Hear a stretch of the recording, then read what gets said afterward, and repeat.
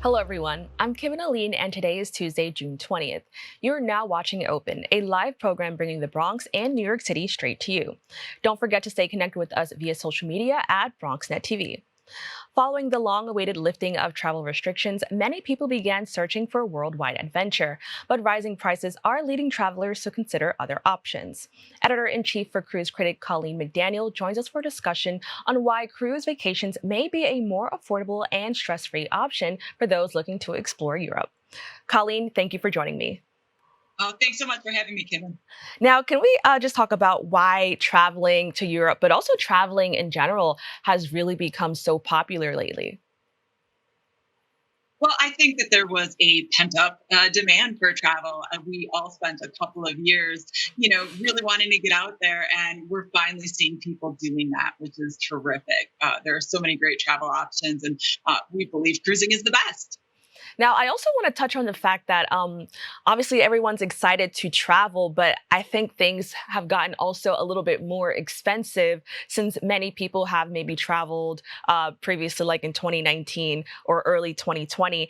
Can you just explain, because of that, what are the benefits of taking a cruise compared to staying in traditional hotels? Well, this is perfectly within my wheelhouse here. This is such a great question because cruising is absolutely such a great value. And I'll give you three reasons why, according to a recent survey that we did of Cruise Critic readers. Number one is that you unpack only once and you see multiple destinations. Now, there's a bit of a misconception out there around cruising that when you're in port, you don't actually get to see the destination. You don't get to explore and immerse yourself in it. This could not be further from the truth. As a matter of fact, cruise lines are spending more time than ever in ports. Norwegian Cruise Line, for example, is averaging 10 and a half hours in ports that it's visiting in Europe this summer. Number two is ease of travel. You wake up every day in a new port. You have no planes, no trains, no rush or missed connections, none of the hassle that comes with some of those land vacations. And number three, there is a cost effectiveness associated with cruising. And this is especially true, just like you said, as prices are rising when it comes to planes and hotels. And so cruising is really offering a more inclusive product than you'll get on land. And there are also some really great promotions out there right now. Norwegian Cruise Line, for example, is offering free at sea, which includes free open bar and free shore excursions, among many other things. Now, something you mentioned that I want to touch on is the fact that you get to explore. I was somebody who didn't think that, like, when you're on a cruise, that you could explore. I always thought that it was just like you're just going to be on this boat and that's the entire vacation. So, can you just explain a little bit more about the exploring part of being on a cruise? Yeah.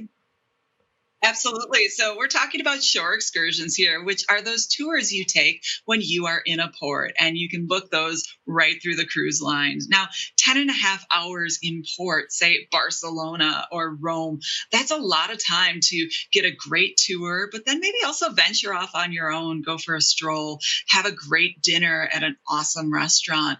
So you get the best of both worlds. You might get that organized tour and then a little more time for that independent exploration. Now, what does vacation planning look like when you're on a cruise? Well, Europe is absolutely hot right now.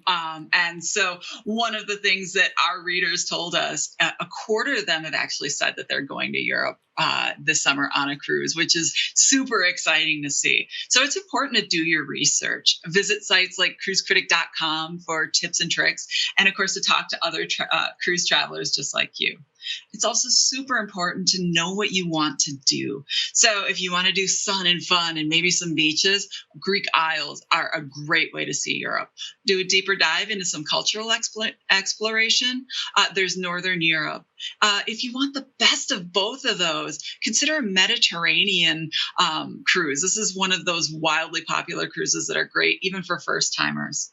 And I know we're talking 2023 right now, but we're seeing really strong interest in 2024. So another tip is, if you see an itinerary you love, book it. That's the only way to ensure that you're going to get the itinerary, the cabin, the destination, and the ship that you want. So don't hesitate. Make sure you see it, you book it. Now, you mentioned that there's like so many like you could choose from different cruises. And I know, like, just watching TV, I see commercials for so many different types of cruises.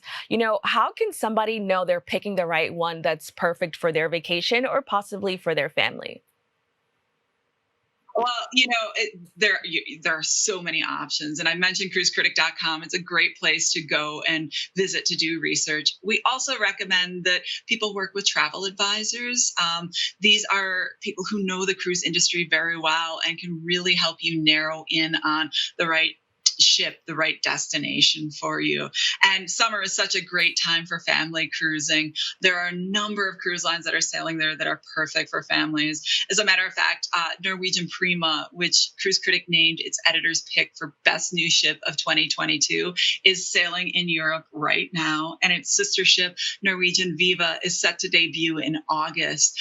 This is going to be an identical ship to Norwegian Prima, and there's still some availability on its early sailings, which include 7, 9, and 10-night itineraries to places like Spain, Italy, and Greece. Now, you talk a little bit about Cruise Critic. Can you just tell us a little bit more in detail what that, I guess, website or, what that organization is about? Yeah, so Cruise Critic is the world's largest consumer cruise website. It offers tips and planning tips, as well as it's got a robust community where people who love cruising get together and talk about cruising. So if you are looking for information because you've never cruised before, we're a great first stop.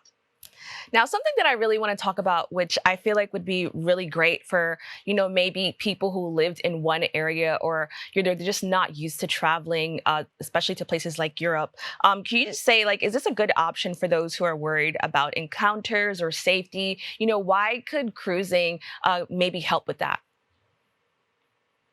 One of the things that we love about cruising is it does handle all of the details for you. So you plan it out from home. You work with a travel advisor. You book directly with the cruise line. However you book, you take care of all of this stuff ahead of time. As soon as you're on board, everybody else takes care of you, which is really nice.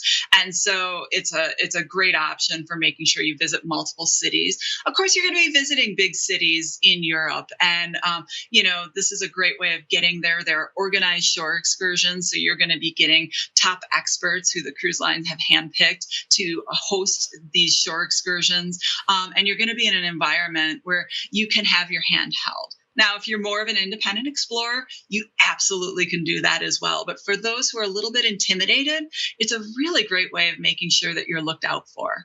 Now, I love the passion that you have behind, just like this idea of cruising. And I definitely already feel influenced. I want to try a cruise one day because I never have. What excites you about this type of travel? The great thing about cruising is it can take you to multiple destinations and serve as a little bit of a taster for you. This is something that I absolutely love about it, because you can visit a port, you can put it on that list of like, boy, this is a place I want to come back to again and again. So that's really great. There are also places on this planet that truly you can only get to by ship. And so this is a great way of seeing some of those places. It's also really great when it comes to the cost. So I mentioned Northern Europe itineraries, and Norwegian Prima, for example, is sailing in Northern Europe. So it's sailing to Iceland and Norway. These places are generally pretty cost prohibitive if you visit them by land. It's expensive. Hotels, dining, etc., are expensive. And so when you do it by cruise ship, you don't have to pay the expenses that are associated with those places. And yet you still get to visit these amazing destinations. Now, what advice would you give to people who are looking to maybe book a cruise or, maybe they're still a little bit undecided? Well, I think that one piece of advice that everybody should hear is, if you've never cruised before, it's probably not what you expect it was going to be. And ships are getting more and more packed with amenities. They are becoming a destination in and of themselves. They're a great way to see Europe. But if you want to take a day and just chill out on the ship, there's so much to offer. There's world-class dining. There's Broadway quality entertainment, gorgeous accommodations. And, one of the things that I really love, they have tremendous spas these days. You can have a really great spa experience where you're spending the day hanging out by the thermal pool and visiting the sauna and that kind of thing. It's a really relaxing experience. Now, because I've never been on a cruise, I really want to know, can you tell that you're on a boat the entire time, or is it easy to forget?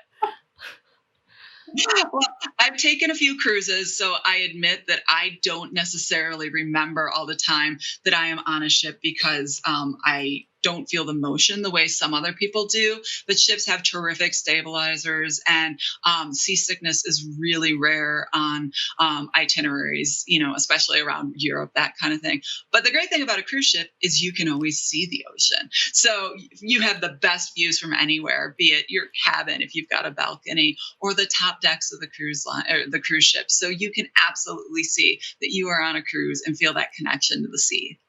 Well, thank you so much for joining us. This was really exciting to learn about. Thanks so much for having me. I really appreciate it, Kevin. Don't go away. We'll be back with more Open right after this.